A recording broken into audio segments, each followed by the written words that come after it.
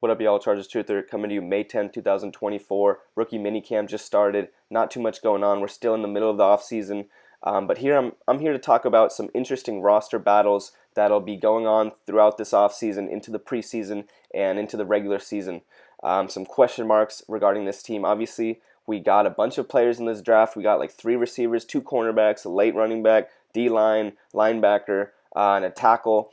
Obviously, we have a bunch of hope for all these guys. We're all excited about all this stuff, but especially regarding the late round picks, we got to be real. These late round, 7th round picks are likely to not do much for us. It's just how it is. Late round picks are drafted late for reasons, because they weren't really good enough in college or whatever the case may be. Here I'm drinking a El Jimador lime margarita. Cheers.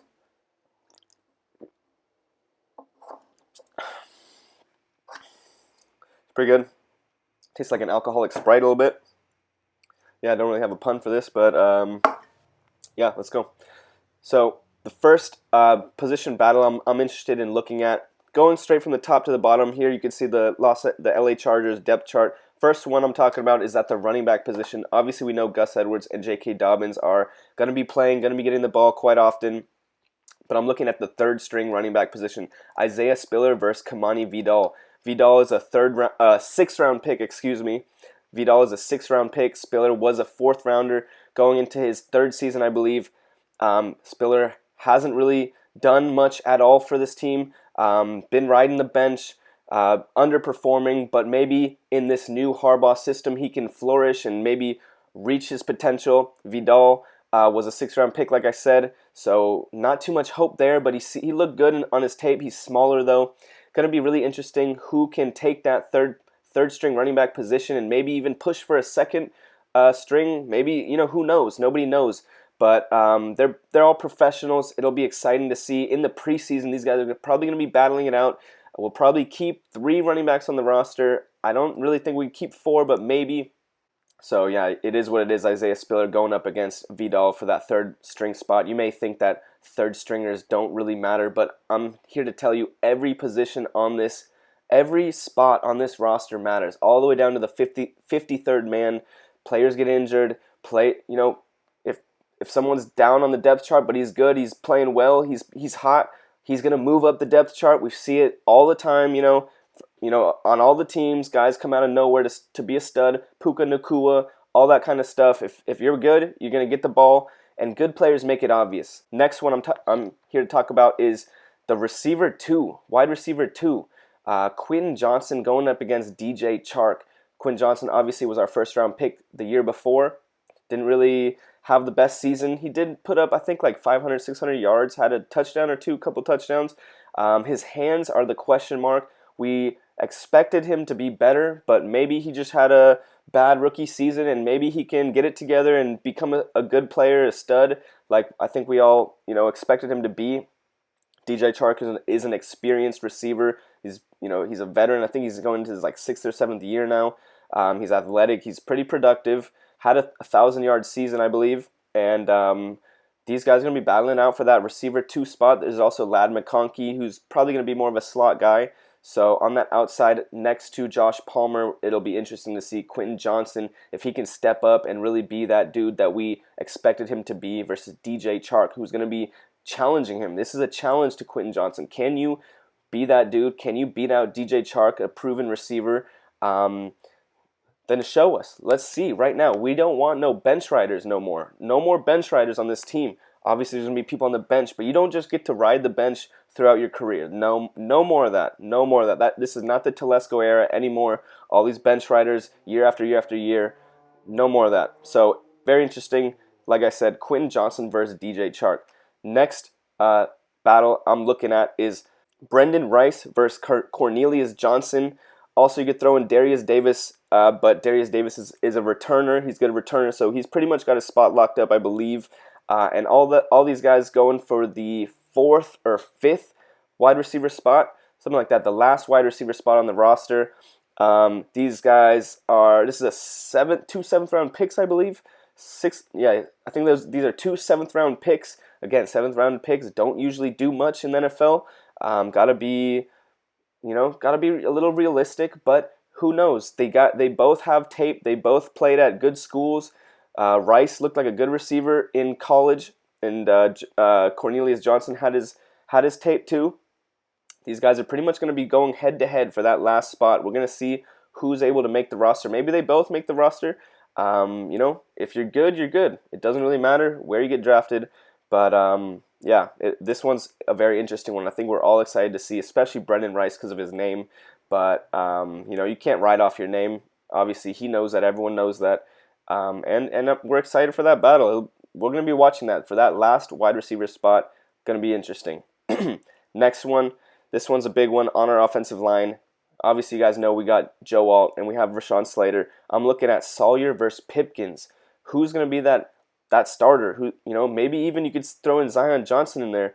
Who's going to be that right guard? I believe there's been some talk about Pipkins moving into right guard. I don't really know how well that's going to work out. He's a big guy. I'm sure he could do it. And we've seen Sawyer be tackle. He's been a tackle. Obviously, we got 2 tackles, so maybe he's going to be a swing tackle.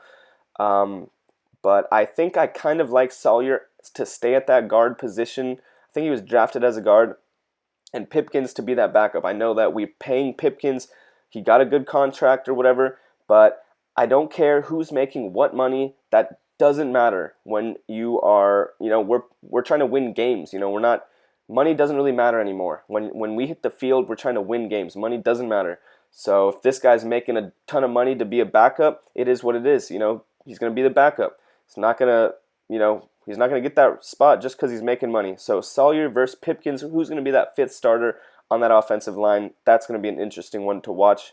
Next one we got, hold up a second, let me drink this. Let me take a sip.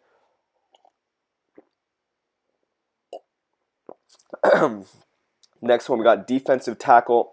The 2nd string defensive tackle, I believe this is going to be 4th round pick, Justin Eboigbe versus Tito Ogbanya versus Scott Matlock. 3-way battle for that DT2 spot. Obviously, Eboigbe is a rookie. He's coming from Alabama. He's got some size. We got some hope for this guy. He looked good.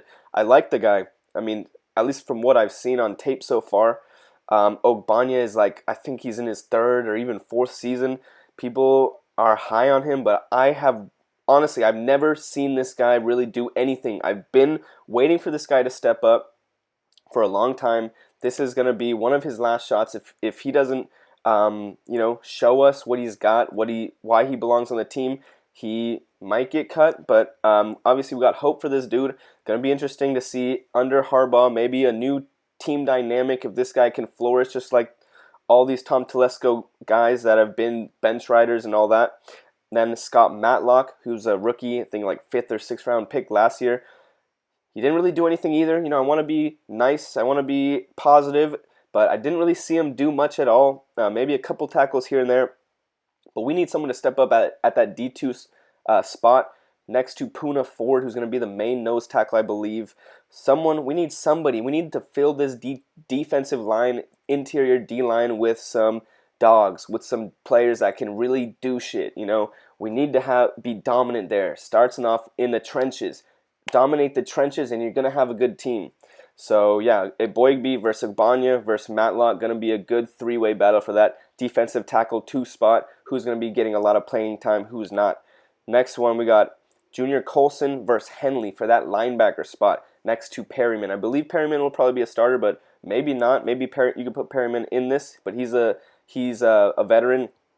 So yeah, like I said, Colson, the 3rd round pick out of Michigan, who was the leader with Harbaugh, for Harbaugh on defense. We got big hopes for this guy. He looks good. He's got tape. He's a winner. He's consistent. He tackles. He's a good player. 3rd round pick. 3rd round picks should be starters. They should be producers. And then there's Henley, who was the 3rd round pick last year.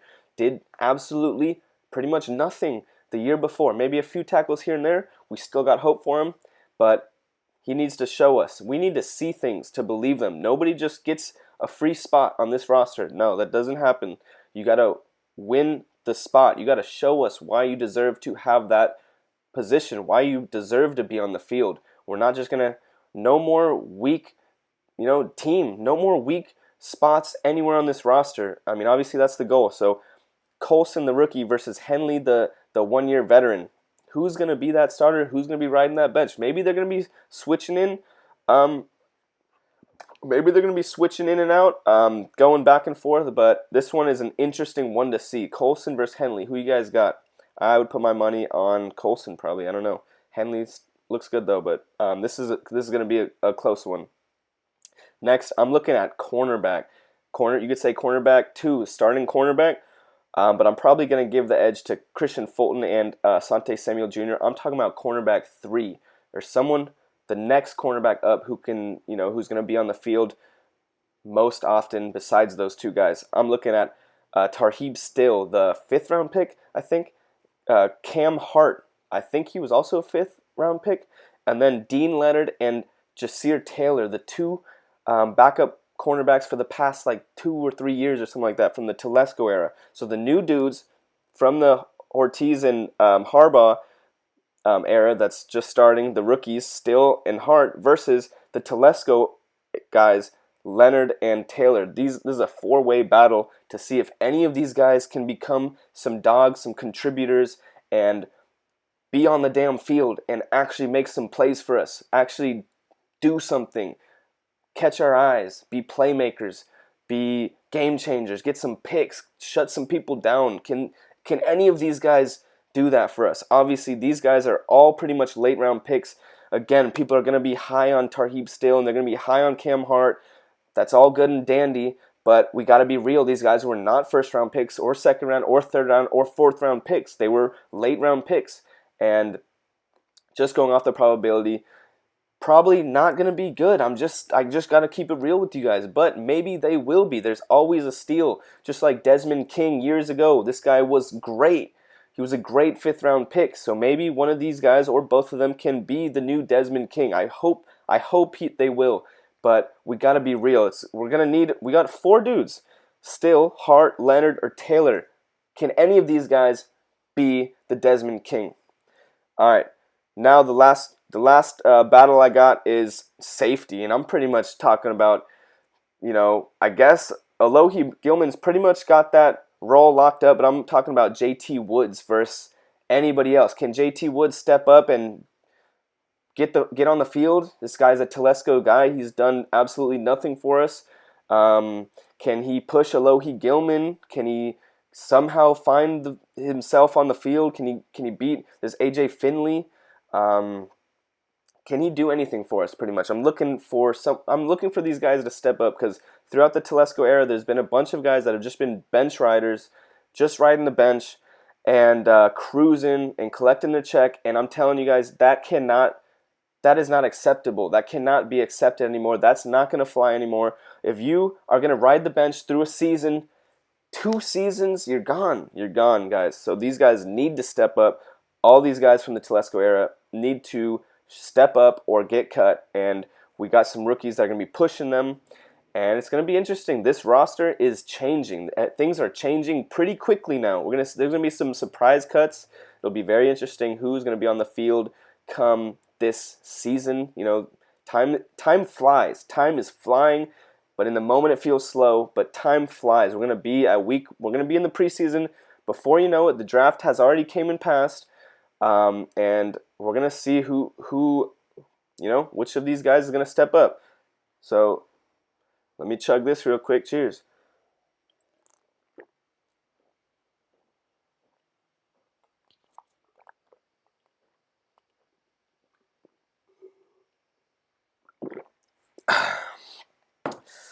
Damn, it's like chugging a Sprite. Again, just to reiterate that. Running back 3, Spiller versus Vidal. Receiver Quentin Johnson versus Chark, receiver 2. Receiver 5 or so, Brendan Rice versus Cornelius Johnson. Offensive line, I guess right guard, Sawyer versus Pipkins. DT2, Eboigbe, Ogbanya, Matlock. Linebacker 2, or I guess, pretty much linebacker 2. Colson versus Henley. Cornerback 3 or 2 or whatever, Still versus Hart versus Leonard versus Taylor. Let's see someone step up. Come on, someone's got to be good out of these guys. Safety, Woods versus Gilman versus Henley, or Woods versus himself versus Finley. I don't know. lot of question marks on this team. Obviously, we got to believe in Harbaugh, but nobody's perfect. Nobody is perfect. This guy is not Jesus Christ, but he seems like a very successful coach, a good coach, and we got to believe in him, because if we can't believe in him, we got nothing, guys. We got Herbert, but Herbert cannot do it himself. So, yeah, it's going to be interesting. These are some matchups, position battles that we should really be watching, and it's going to be exciting. So, Chargers Truther, I'm out. Thank you.